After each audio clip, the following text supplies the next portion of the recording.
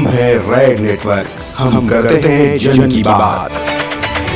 नमस्कार, मैं हूं योगेश चक्रवर्ती और आप देख रहे हैं रेड नेटवर्क। नवंबर में बिहार विधानसभा के चुनाव होने हैं और जैसे जैसे चुनाव नजदीक आते जा रहे हैं वैसे वैसे बिहार का राजनीतिक तापमान गर्माता जा रहा है और दल बदल का सिलसिला शुरू हो चुका है। आज आरजेडी के तीनों और विधायकों ने जेडीयू का दामन थाम लिया, जिनमें लालू प्रसाद यादव के समधी चंद्रिका राय भी शामिल हैं।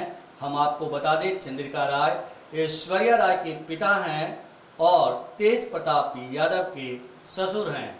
उन्होंने आज जेडीयू की सदस्यता ली और इस खास मौके पर उन्होंने आरजेडी नेतृत्व को जमकर कोसा और उनकी कार्यशैली पर सवाल उठाया। आइए हम आपको दिखाते हैं कि तेज प्रताप यादव के ससुर चंद्रिका राय ने क्या कुछ कहा, किस तरह से आरजेडी नेतृत्व पर सवाल उठाया। मैंने राष्ट्रीय जनता दल छोड़ करके जेडीयू पार्टी को ज्वाइन करने का काम किया।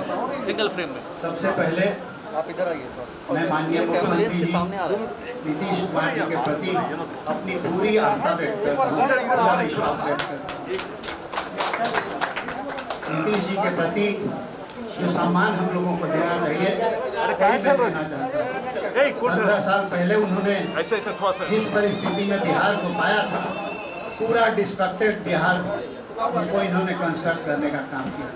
चाहे कानून व्यवस्था की बात हो, सड़कों की बात हो, बिजली की बात हो या समाज कल्याण की बात हो, सभी चीजों में माननीय मुख्यमंत्री जी ने राह दिखाने का काम किया, बिहार को एक नई पहचान देने का काम किया। उनको बहुत बहुत धन्यवाद दिल से देना चाहता हूँ।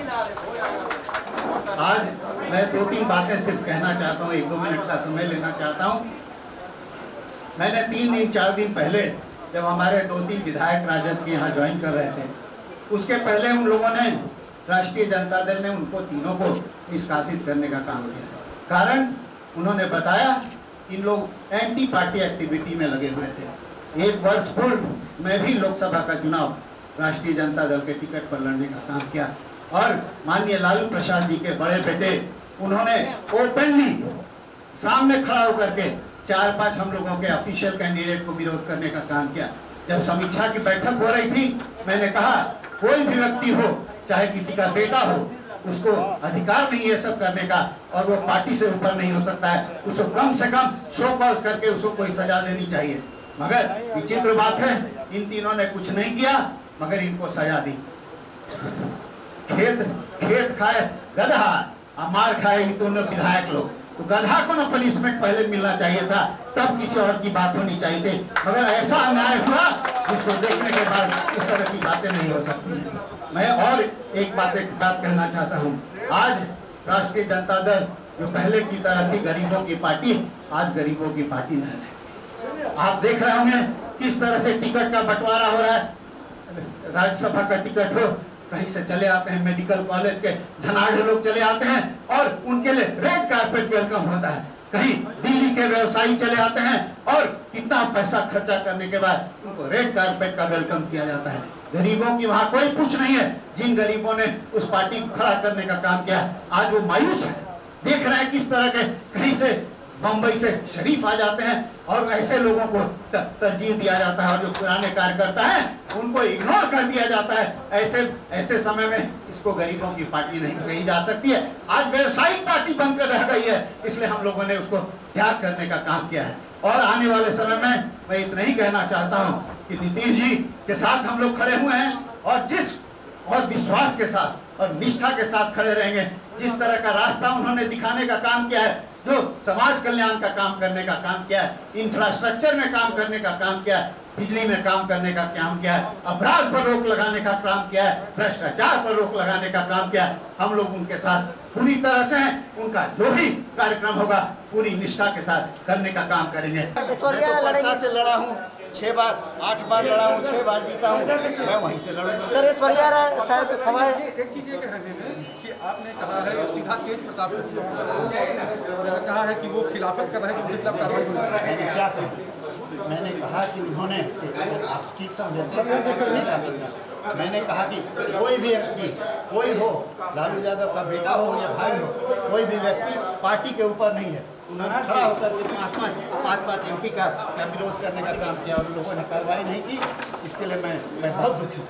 अच्छा, एक चीज़ और है कि जिस तरह से आप शामिल हुए तो अब लगता है कि लंबा समय आप रहे हैं और ये कहा जाता है कि सारण में जो आपका मतदार है, आपकी राजनीतिक विरासत है, वो बड़ी थाती है। अब आप JDU में आप बैठे हैं। तो बिल्कुल JDU में हम मुख्यमंत्री कार्यक्रम के साथ, मुख्यमंत्री के साथ में पूरी निष्ठा और विश्वास के साथ हूँ। अच्छा, लगता है राजनीतिक नेताओं का कद्र नहीं? बिल्कुल नहीं कद्र है। जब मेरे जैसा आदमी छोड़ सकता है, जिसने जीवन का आधा समय बिता दिया वहाँ पर, तो किसकी कद्र हो सकती है?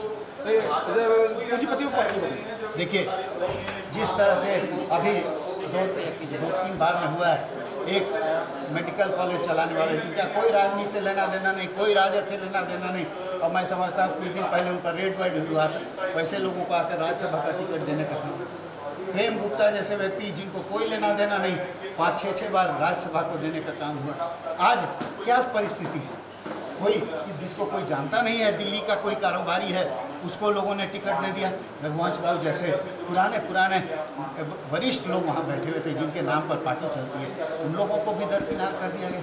आखिर कैसे चलेगा? कोई शरीफ आ गया बम्बई से पैसा का थैला लेकर के, उसको लोगों ने तो कह रहे हैं हम गरीबों की पार्टी है, राजद पार्टी। ये तो गरीब, आप गरीब की तो पार्टी लग ही रही है।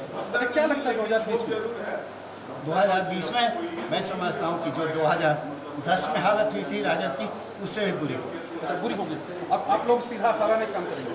हराने का चुनाव है, लड़ेंगे हम लोग, जीतने के लड़ेंगे।